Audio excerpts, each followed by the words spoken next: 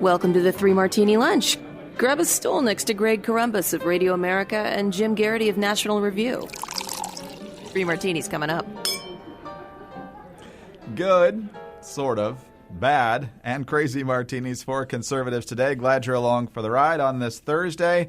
Jim, let's get right to the quote-unquote good. Would have been nice if some people would have realized this before they voted for nearly $2 trillion in additional COVID spending. We talked about the $5.5 trillion now that's been spent, or will soon, on COVID relief. That isn't necessarily always COVID relief. But Politico has a story today on exactly what we were talking about yesterday.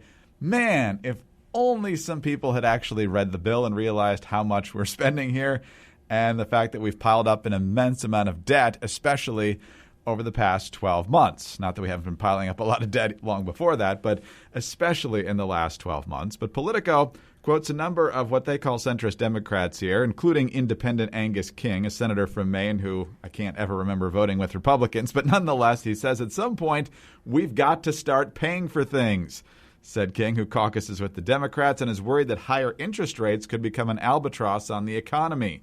Quote, it's got to be paid for. It's just a question of who pays. Are we going to pay, or are our kids going to pay? John Tester has also been quoted here, a senator from Montana. Some of it needs to be paid for, he says.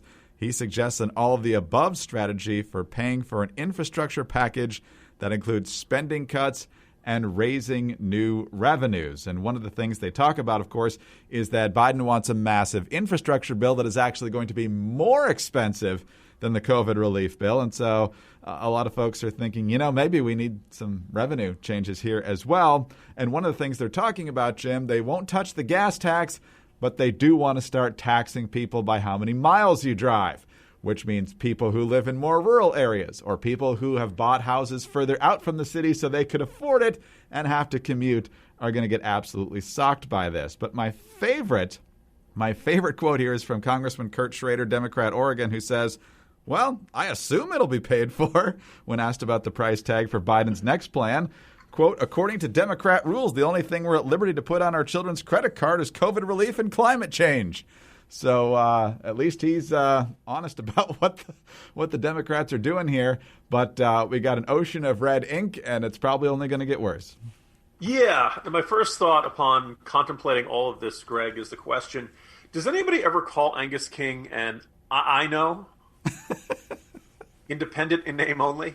Because theoretically, if you're an independent, you should find some significant number of issues or some sort of signal that you're not just another Democrat who doesn't want to be called a Democrat. And I think that's kind of the more accurate label for Angus King. But no matter. And look, given a choice between centrist Democrats meekly acquiescing and acting like nothing's wrong versus saying, wow, we're spending a lot of money now, we probably should be a little more careful about these big spending bills. We probably should start paying attention to the deficit and the debt and recognizing that all of this is being financed by borrowing, and the interest rates that are on this borrowing are only going to go up. It's going to take paying down those interest rates is going to take up a bigger and bigger chunk of our budget year by year. I'd rather they say that than not say that. Greg, I just really rather they would say that before they vote to pass a $1.9 trillion relief bill full of stuff that isn't really COVID relief and can't plausibly be called it. And it's interesting. I do kind of like that quote from Tester where he says, it needs to be paid for. And then he goes, you're going to remind me of this later when none of it's paid for, but I do think some of it needs to be paid for. Like this, credit him for self-awareness that simply saying, hey, we should pay for these bills does not mean that the bills themselves will be paid for. And that I just, Greg, I just wish that John Tester and Angus King were in some position where they could do something about federal spending. Maybe if the Senate was like a 50-50 tie and that gave them extraordinary leverage if they chose not to vote with the rest of their party. I mean, in a scenario like that, I imagine somebody like Tester or King, they could do it. They could be the next Joe Manchin, couldn't they? Yes, this just awakening moments after the House passes exactly what the Senate passed, that the senators realize this is absolutely maddening. Transportation Secretary Pete Buttigieg is now a fan of huge deficit spending, saying, quote, the opportunity and the constraints are just different. when you have historically low interest rates. And, Jim, there is one other independent in the Senate who does buck the Democrats, at least when he runs for president every 4 years, and that's Bernie Sanders. I guess they can't all be like Joe Lieberman, who once in a while actually votes with the other party, because that's not going to happen with Bernie, and apparently it almost never happens with Angus King. Yeah, he's independent in the wrong direction. Exactly. All right. Well, Congress is not going to get its fiscal house in order, and they may make your fiscal house a mess trying to pretend to pay for it with taxes and fees and mileage taxes and all sorts of other garbage. But look, if you're dealing with a bunch of debt, there are ways to get things set right. If you have multiple credit cards, you know that tracking multiple balances, due dates, and website logins can be a hassle. It's stressful, but Upstart makes things simple with one monthly payment in one place. Upstart is the fast and easy way to get a personal loan to pay off your debt all online. So whether it's paying off credit cards, consolidating high-interest debt, or funding personal expenses, over 500,000 people have used Upstart to get a simple, fixed monthly payment. Upstart finds smarter rates with trusted partners because they assess more than just your credit score. With a 5-minute online rate check, you can see your rate upfront for loans from $1,000 to $50,000. And you can get approved the same day, and you can receive those funds as fast as one business day. If debt is taking over your life, it's time to get a fresh start with Upstart. I wonder if Upstart can handle Janet Yellen calling in for debt consolidation advice, because we're clearly going to need it soon. In fact, we've needed it for a long time.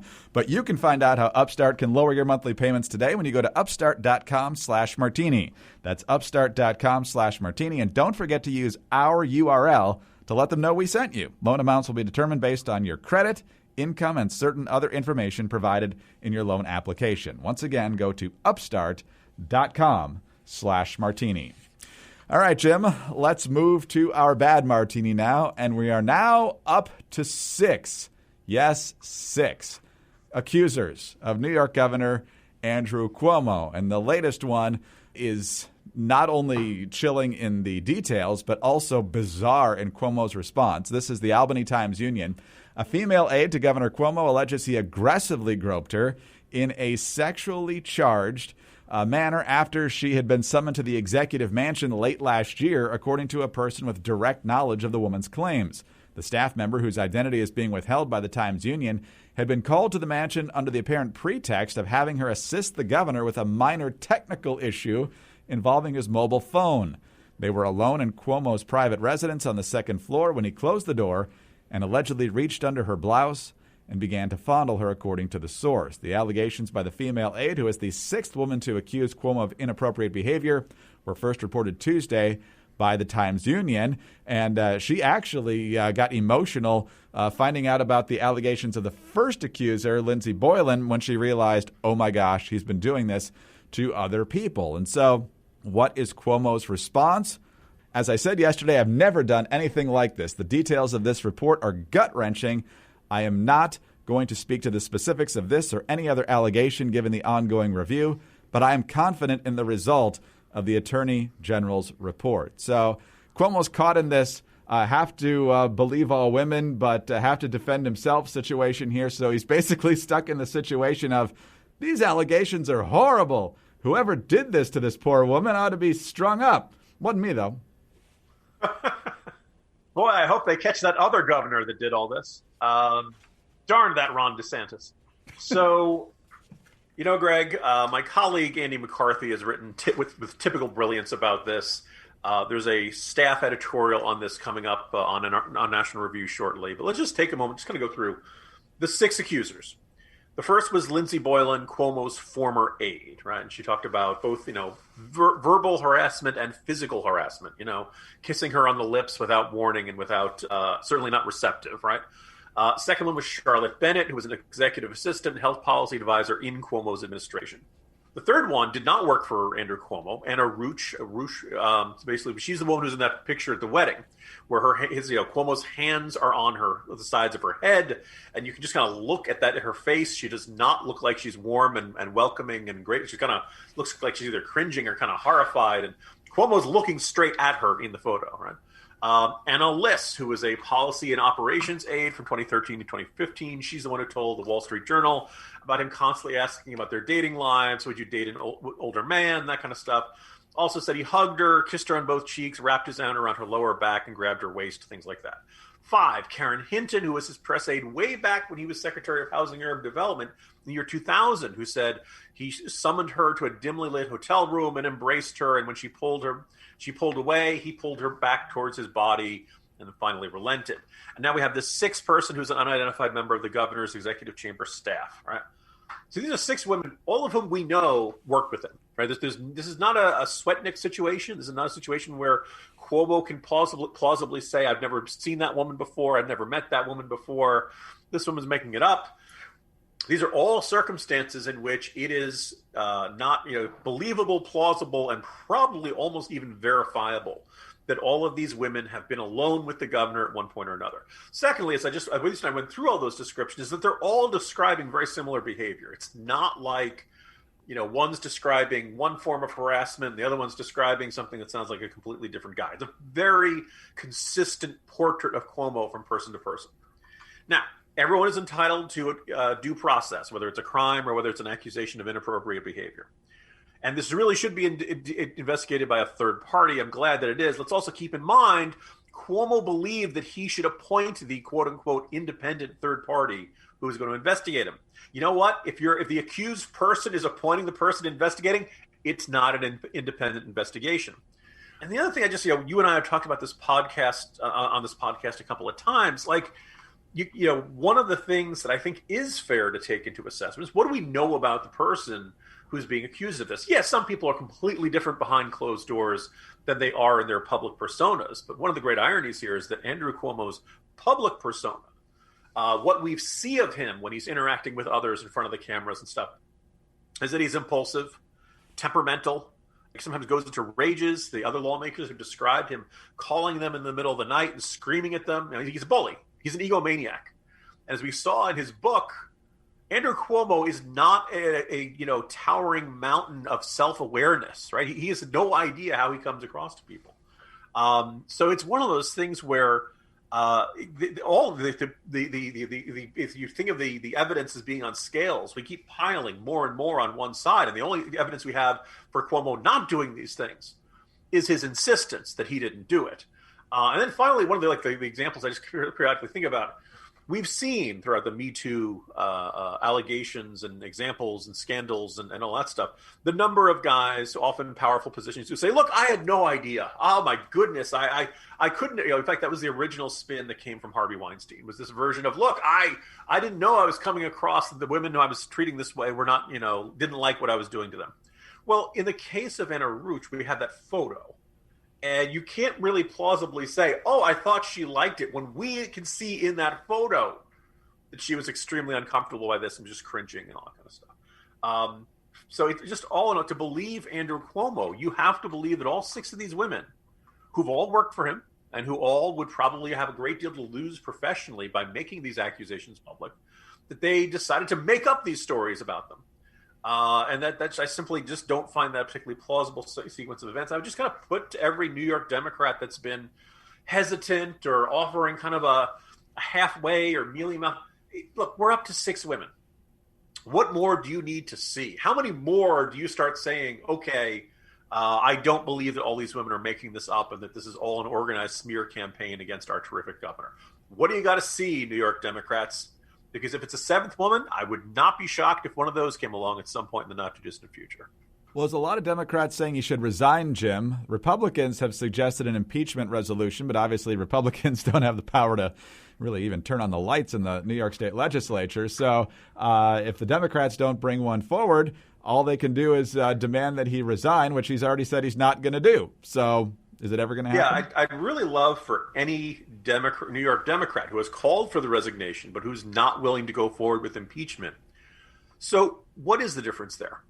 What is that threshold where it's bad enough that he should resign, but it's not so bad enough that you as a New York State legislator should actually take action to remove him from office? Where is that sweet spot where it's so bad that he should leave of his own volition, But if he chooses not to, that's okay, and I won't do anything about it. Because right now, for a whole bunch of New York Democrats, he really is in that sweet spot where it's absolutely terrible and he does not belong in government. But, I mean, the state legislature, I'm not going to do anything about it. Well, and of course, this is not an isolated scandal. We've got the nursing home scandal on top of this. You mentioned Andy McCarthy. He wrote a great column a few days ago about how Cuomo not only lied about the number of nursing home deaths, he lied about lying about the number of nursing home deaths. And as has also been reported this week, he had the same policy with homes for disabled people, a policy that was never actually rescinded, and over 500 people died in those facilities. So it's not like you're lacking content for an impeachment resolution with this guy. He's an albatross to your party. And if the best that you're going to get out of this is him maybe not running for a fourth term, you people aren't very strong. No, they're not. To put it simply. All right, let's talk about My Pillow. Did you know that My Pillow is more than just good pillows? Because they give the same attention to their towels and sheets that they give to their pillows. Right now, 3 Martini Lunch listeners can buy one and get one free on all 6-piece towel sets and the Giza Dream Sheet sets. You know, Greg, I was waiting for you to say, these lawmakers are as soft as a My Pillow towel. My Pillow towels have proprietary technology that makes these towels highly absorbent. They're soft to the touch without that lotiony feel. They come with a 10-year warranty and a 60-day money-back guarantee. They're washable, they're dryable, and they have 7 colors to choose from. The My Pillow Giza Dreams bed sheets are made with the world's best cotton. They also have a sateen weave that gives them a luxurious finish and will have you sleeping great. Just like the towels, there's a 10-year warranty and a 60-day money-back guarantee. Washable and dryable, wide variety of colors and sizes. Terrific sheets. Visit MyPillow.com to learn more. And right now, 3 Martini Lunch listeners get all 6-piece towel sets and Giza sheets. Buy one, get one free. Just use the promo code MARTINI at checkout or call 800-874-0104. That's MyPillow.com, code MARTINI, or call 800-874-0104 for buy one, get one free on all 6-piece towel sets and the Giza Dream Sheets. They are soft, Jim. Talking about, well, the towels too, but the New York Democratic politicians, because this latest accuser was on his staff, at least as recently as the Boylan accusation coming out. She's got the courage, at least to tell her story, if not put her name on the record at this point. And yet the New York Democrats want to pretend that there's not enough to go on here. Just amazing. All right, let's talk about our crazy martini now today, Jim. And a couple of years ago, all we heard from the media and Democrats was Trump is putting kids in cages at the southern border. It was a drumbeat from that summer all the way up until Election Day. And now the same thing is happening, only worse, but the characterization of that is so much different. Credit to Nick Miroff at the Washington Post. And once Jen Psaki and Kate Bedingfield get through with him, we'll see if he's still working at the Washington Post.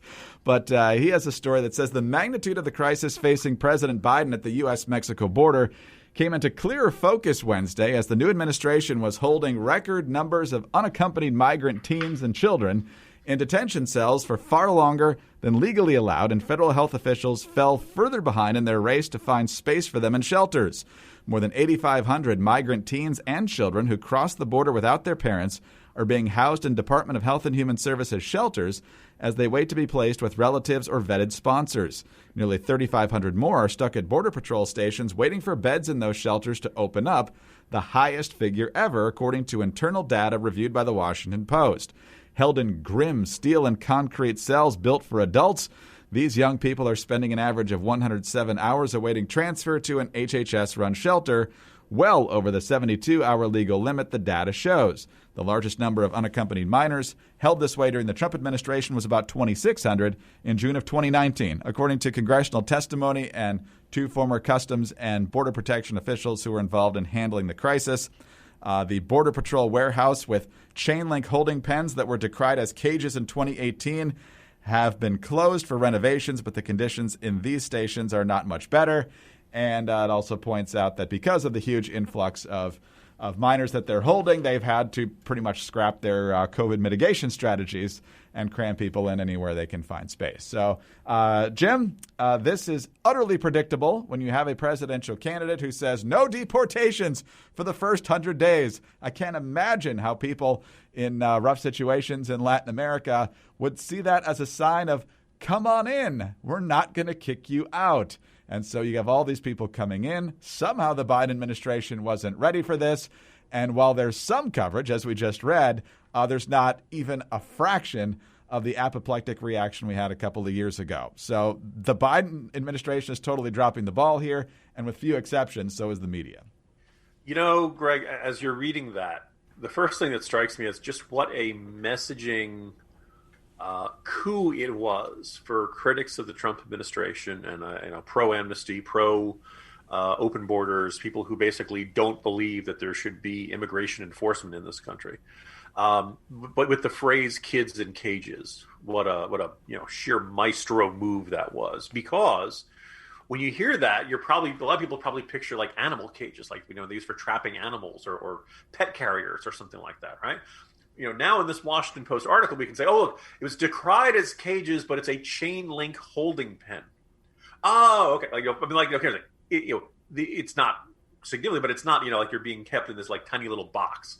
Second thing is that if you've got lots of people who have entered the country illegally, what do you want the government to do with them? What do you want Immigration and Customs Enforcement? What do you want Customs and Border Patrol to do when they have large numbers of these people? Everyone would agree, not just every child, but I think everybody across the board, like they have every right to be treated humanely. We are not in the business of deliberately inflicting physical or emotional or mental pain on someone for violating the law. But we do need to keep them in one place. We do need to you need to be in a restrained area. We can't have these people wandering around. And it's one of those things where, well, we've got these facilities. This is where they go in. Yeah, they're not built for kids. And yeah, they're not built to look nice and be fun. Now, it is worth noting that the acting Customs and Border Patrol head looks at everybody with these stations has full access to meals, snacks, medical care, showers every 48 hours. And he points out that most of the people working there are parents, right? They're trying. The people who work for Customs and Border Patrol, they don't get glee from mistreating children. They don't, they're not in the business of trying to hurt children. They're in the business of trying to enforce immigration law. And that means if you come across the border without permission, we have to take you and keep you in a spot, particularly if you're unaccompanied. We can't just let you keep wandering around in a dry desert area, arid area. And we have to try to, yes, we have to try to adjust this for the pandemic, but these facilities weren't built for the pandemic. It is a mess. Now, what is the first step you would do if you were in this type of situation? You would walk in on January 20th, and lo and behold, these facilities are filling up. We're not able to keep the people 6 feet apart. We're worried about COVID spreading among them. Well, the first thing you might do is you might say, look, stop crossing the border. You would immediately tell people, no, there is no amnesty. There is no permisos. There is no special way in which you can get into the United States and stay here. You would say you would emphasize, you'd pound the table. You'd say so emphatically and in Spanish on every media possible. The United States does not have an open border.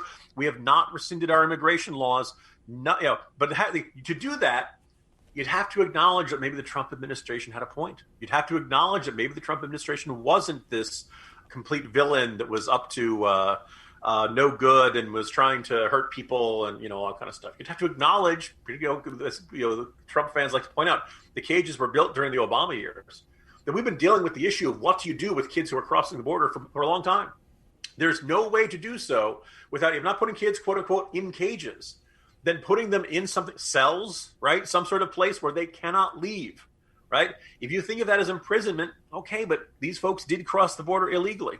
The law, you can't just say, well, I don't like this law, so it should not exist. Or if you want to, you could repeal it. And I suspect Democrats will attempt to do that. But what they've tried to do is basically try to, eliminate the law, not by repealing it through legislation, but by attempting to just not enforce it.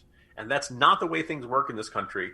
And you can't be surprised that lots and lots of people rush across the border when you create the impression that you're not in the business, you're not going to be enforcing immigration law anymore. This is extraordinarily predictable. And I guess the only real question is, the types of the questions comes from the Mickey Kauses of the world and Mark Krikorian's is, how much did the Biden administration not want this to happen? Because there's a part of them that's very comfortable with the idea of having lots of people come across the border because they do want to give these people a path to citizenship within 8 years. Yeah, which is a path to voting for Democrats. That's the whole plan for this. And, of course, in a lot of these situations, they set a date for your hearing and they release you. And, of course, for the most part, some do show up for those hearings, but a lot of them don't because why would they? There's a chance you'd end up getting sent back to your original country. But if you don't show up, it's a heck of a lot harder to find you. And so that keeps happening over and over and over again. But the system is broken, and Biden, with his refusal to deport, I mean, talk about a giant flashing neon sign of come on in. The fact that he couldn't see this coming is just unbelievable. And he's going prime time tonight, so I'm sure that'll be riveting too, as he talks about his COVID relief plan, I assume. So, Jim, I will probably have other plans, but I might catch the highlights. Maybe I'll watch it. I don't know. But I will talk to you tomorrow. See you then. See you tomorrow, Greg. Jim Garrity, National Review. I'm Greg Corombos of Radio America. Please subscribe to the 3 Martini Lunch podcast. We're very grateful that you listen to us. Please tell your friends about us. Also, we are very grateful for those 5-star ratings, your kind reviews. All of that helps us out a great deal. Remember, you can get us on those home devices. All you have to say is play 3 Martini Lunch podcast. Follow us on Twitter. He's at Jim Garrity. I'm at Dateline_DC. Have a great Thursday, and please join us tomorrow for the next 3 Martini Lunch. Hi, it's Dana Lash, host of The Dana Show. Every day, I'm here to keep you up to speed on the most important stories and info that you need to know in your very busy life. And if you're always on the go and you want to stay connected, just download our daily podcast and take it with you. It's a great way to get up to speed on what you need to know and what legacy media may not be telling you. Visit danaradio.com and click on the podcast link or subscribe at iTunes, Spotify, or wherever you get your favorite podcasts.